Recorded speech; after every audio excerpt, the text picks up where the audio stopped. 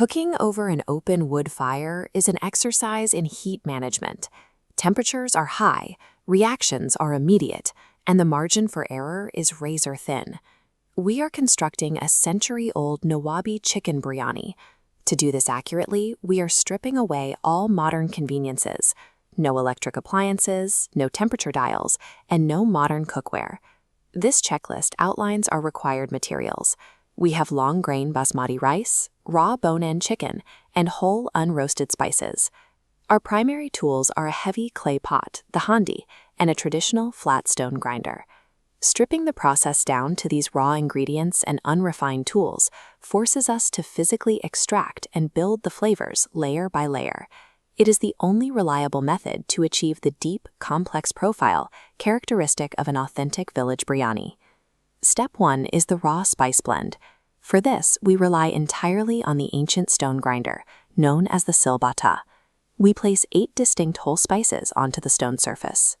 By dragging the heavier top stone over the spices, the intense physical friction crushes the tough outer husks and begins to extract the essential flavor compounds trapped inside.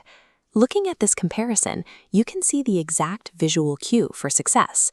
We start with dry, dusty whole spices on the left, and through sustained grinding, transform them into the wet, gritty paste on the right, heavy with extracted oils.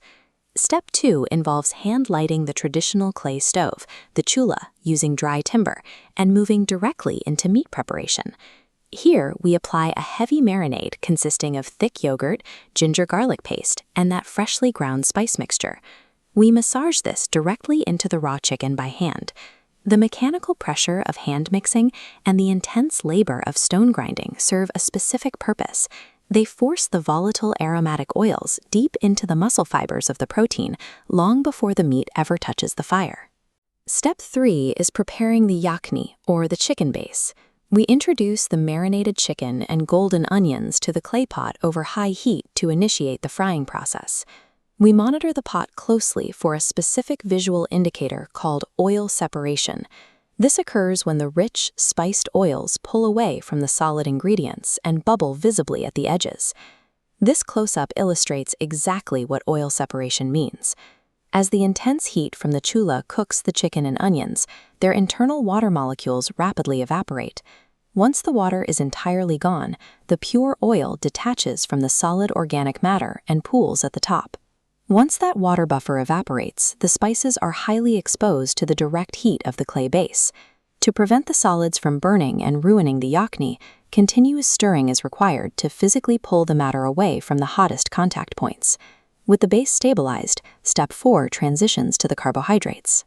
We wash basmati rice to remove starch, then drop it into seasoned, boiling water. We enforce a strict rule here. The rice must only reach 80% completion. Pulling the grains from the boiling water early is your primary defense against a mushy, overcooked final dish. To verify this, use the thumbnail test. Snap a single grain of the boiling rice in half. You should see a tiny, hard white dot of uncooked starch remaining in the absolute center. The structural success of the biryani relies entirely on this timing. By stopping the yakhni and halting the rice just before they are fully cooked, we leave exact room for the final enclosed steaming phase. Step 5 is the assembly. We construct the dish by carefully spreading the 80% cooked rice in an even architectural layer directly over the hot yakhni base. We complete the top layer, drizzling saffron-infused water, a small amount of rose water, and scattering crispy fried onions. Looking at this tight seal, you can see the mechanics of the traditional dum technique.